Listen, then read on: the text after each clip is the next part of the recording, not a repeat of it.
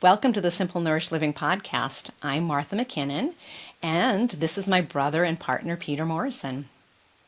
Hi, Hi, how you doing? I'm doing good. How are you doing? Good. So our topic today is going to be what exactly is healthy eating? I know that sounds like a big one, but we're going to talk a little bit about that because it's a big one, but it's sort of fun to think about and to take a look at. But before we do that, what's new and good in your world? What's going well? Let's. Well, we're still recording ourselves. We're still doing the podcast, which I believe we're on number 8 now. Mm-hmm. So, um, Go us, right, right? right. We're sticking with it, and we're giving it our best. Right? Even though it's uncomfortable. Yes, Yeah, and I getting mean, more comfortable, but right, right. And I think this is like so analogous to what we're talking about with when you're learning like any new skill, right? Anything you're trying to change in your life. There's a learning curve and there's ups and downs. So we're sticking with it. So that's new and good. And I want to share what's new and good in my world.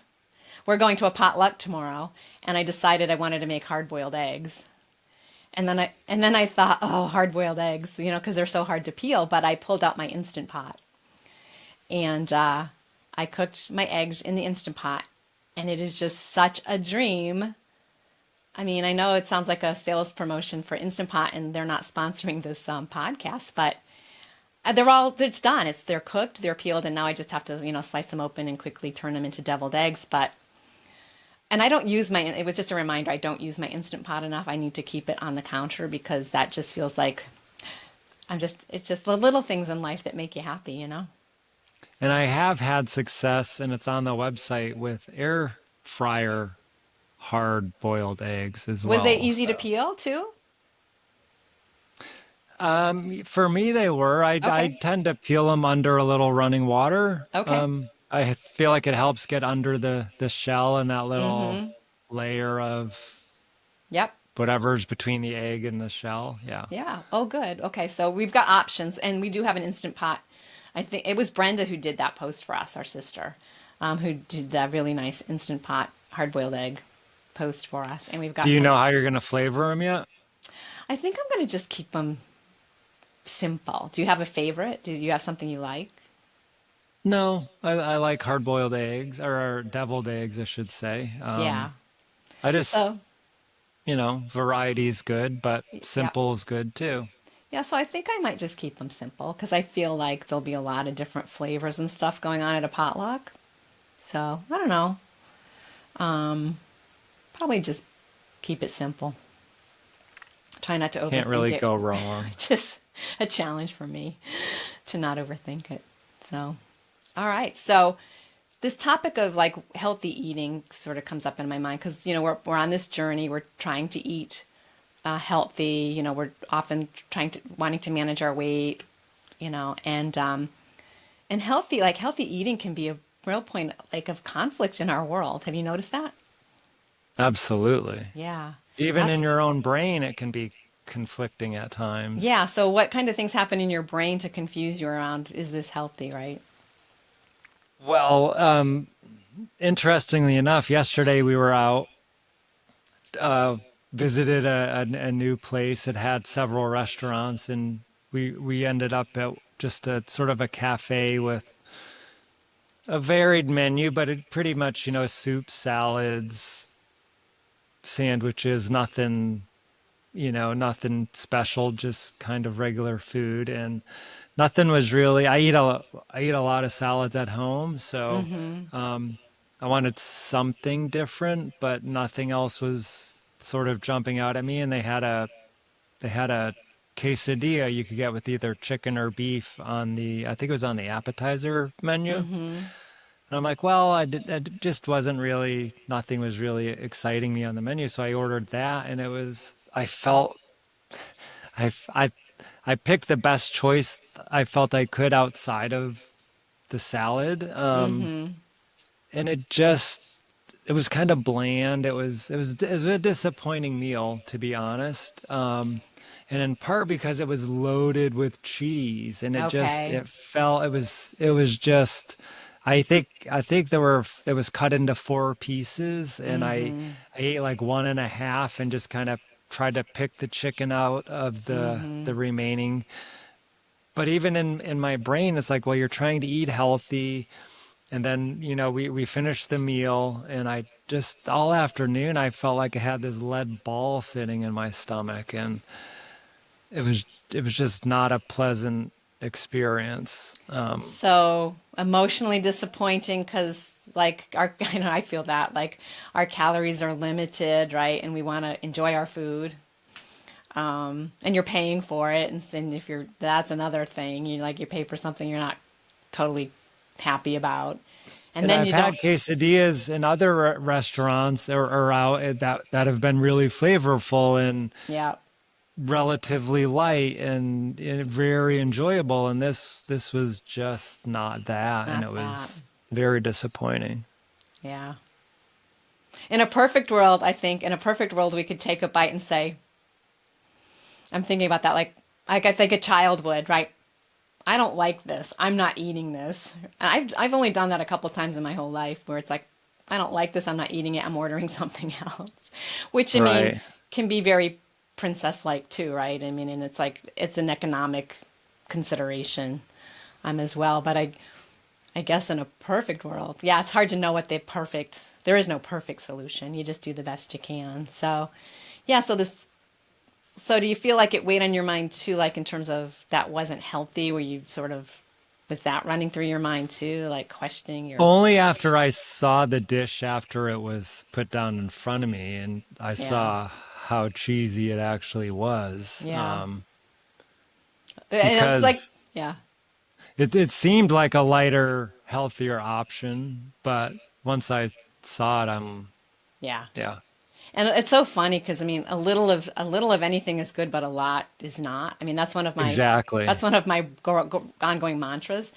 And I think in America we kind of miss that a lot. Like more is better. It's always like if a little cheese is good, then a lot of cheese is good and double cheese. And I found I actually was reading something down here. I was reading about various restaurants, pizza suggestions around here, and everybody gives their suggestion on to order the pizza, but with less cheese, like light on the cheese. So you kind of learn, you have to learn how to, like if you go back there, you could ask for the quesadilla, right? Less cheese or something but you don't Right, know that the right. first time out. So you kind of perfect it over time. So yeah, while a little cheese is good, a pound of cheese, and it's hard for you to digest, right? I mean, it sits Mm-hmm. on your stomach Mm-hmm. like really heavy. Yeah, so healthy, what is healthy? And we see it on our blog a lot too, because we try to share a wide variety of recipes, right? Because we're all at different aspects of our journey, and so we'll get comments like we'll share a recipe that's not healthy, and we've been doing this long enough now. I mean, in the beginning, I was hurt and questioning myself and maybe guilty and feeling all these things, and now I know, oh, there we go again. I mean, I've done it myself too. Been a little judgy around what's healthy and what's not, depending on what you're thinking on any given day. And so I want to just talk about the fact that I think we have to just lighten up on ourselves and each other and let everybody decide for themselves what's healthy and what's not healthy. And I think a better question or a better word is healthier versus healthy. Because like, what is healthy? I mean, it depends. We've had comments from a couple people who are trying to help people who have cancer, like who are like totally underweight, gain weight, and try to feel better. So what might be healthy for a cancer patient trying to gain weight might be very different from somebody who's inactive trying to lose weight. So I think we just got to give each other grace and let everybody decide for yourself, like what is healthier or what's the best choice I can make in this moment, and then just like move on. It's just food. It's not the enemy. It's not your best friend. It's not the path to heaven or hell. It's just food. and keep it in perspective, because again, you could have somebody who's very new, maybe on their journey towards understanding like healthy eating. They may grew up in a family that didn't provide any real guidance, where a lot of fast food was eaten and convenience food, and they have really not a lot of nutritional understanding, versus people who have gotten to the place, like we have friends, we know people in northern, like rural northern Wisconsin, who have organic gardens, and they can and they freeze, and they're concerned about everything they're putting in their body, and they're fishing for themselves, and they're raising chickens for eggs, and they're also butchering chickens, and they're hunting deer, and so that's, they're living a very, very different life than sort of the average person who's just out shopping at the local grocery store, eating at local restaurants. And so there's extremes. I mean, or it's a continuum. I think everything in life is a continuum, and you have to think about just where you are and where you're trying to go, and then just incrementally move in the direction you're trying to move in, and don't worry about people judging you. Judgy. I mean, the recipe that comes to my mind on our site is we have a slow cooker recipe. I'm a fan of the slow cooker. And so, and I like to cook. We have recipes on the site that are much more involved, that require, chopping and prepping and browning onions or browning chicken and then putting it in the skillet. And that's good if you've got the time, and energy, and you want to have more time in the kitchen. And then we also have, I would call, just the fix it and forget it, the sort of dump and go recipes. And one thing that I love that Rod really loves is, chicken thighs, boneless, skinless chicken thighs in the crock pot with like a can of cream of mushroom or cream of chicken soup. I try to choose one of the healthier, versions, in the chicken for a few hours. It makes this nice gravy, and it's totally enjoyable. And a lot of people say, well, that's not healthy. And my answer would be, well, doesn't that depend on what the alternative would have been? Like if the alternative would have been to drive through, the fast food fried chicken joint and get a bucket of chicken and, the biscuits, French and fries. the French fries and the coleslaw, and chow down on it in front of the television, versus sitting at the table, with a candle, with a little music going, enjoying conversation, eating this simple but not perfect meal, I guess. What's healthier, you know? So what do you think about that?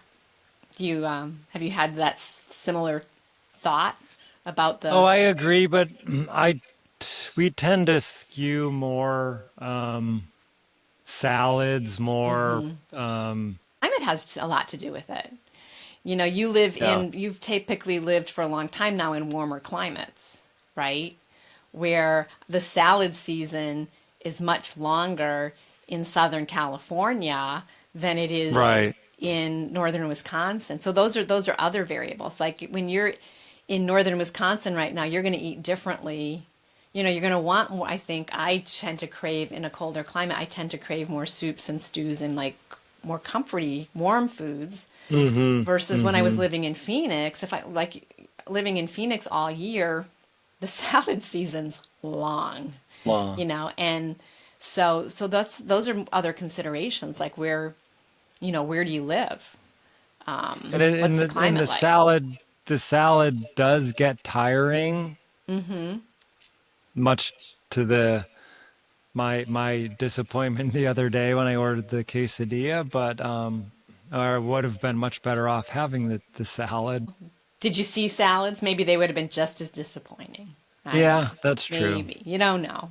We always want to, that's the other thing I think we do to ourselves, is second guess. And so, you know, But I do definitely agree that just because you open a box or a can and add it to your dinner doesn't automatically mean it's not healthy. Yeah, I think we've got to be realistic.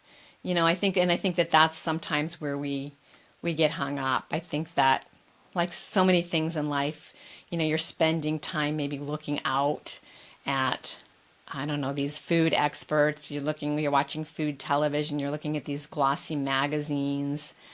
You're getting this sense of what other people are doing and then you're comparing yourself to that and you've just got to look at your situation and your reality and you know, cooking again is a skill in and of itself, right? And it's not, if you didn't grow up cooking, it makes sense that you're going to start with foods that are easier, right? And that Hmm. I'm a big fan of Nigella Lawson, and I loved one of her answers to this one time because there can be like this kind of food snobbery, right? And she's a successful British cookbook writer, but she said, I don't like, just because I didn't make it doesn't mean it's not good or acceptable or delicious, right? I mean, just because it's not homemade, she said, I don't make my clothes, right? I go to the store to buy my clothes. I go out and gather and shop. So what's wrong with finding foods that are easy? Because we live in a world where if you choose to do everything from scratch, I mean, and it's funny. I mean, and sometimes we can get in these moments where we think we're going to do those things. I mean, and I can share with myself. I mean, Brenda and I were at this expo one time in Phoenix, and you can get sort of sucked into these demonstrations and suddenly you see yourself like living this whole different life. And we totally got sucked into one day to this like countertop wheat grinder, like grain grinder, and this fancy mixer that could, make bread and made it seem so easy. And I got totally, a person who doesn't really even make that much bread suddenly was the owner of a grinder. I mean, so because in my moment I saw that that's health, because they were selling health, they were selling that, of course. I mean, if you're making freshly baked bread for yourself, right, that's going to be healthier probably than anything you might be able to buy in the store. But is it realistic and is it practical and are you really going to do it? And the answer for me was no. So I had all this expensive equipment that just didn't get used.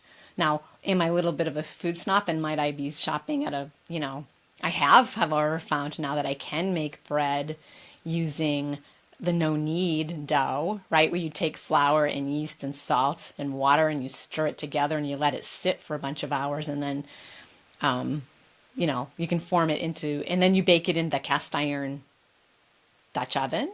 So Dutch I've had oven. fun with that. So that's like me, that's practical, but I'm not, it's just not practical. And so we can get lost in these, and we can compare ourselves and we can start beating ourselves up because we're not, you know, growing our own wheat and grinding it, and making bread. And if you want to do that, I mean, that's wonderful. I mean, if that's really a passion for you, if that's a priority, that's wonderful. But you shouldn't be comparing yourself or beating yourself up because you are choosing convenience foods, because the variety of convenience foods that are really sort of healthy is getting bigger and bigger, I think, as you go out Yeah, we've talked shopping. about that in the past. Yeah, The more of a, what do we call it, like meal assembly right, versus and heating up right. So it's ingredients, combining ingredients versus right. from scratch. So and I forever have been. I mean, the first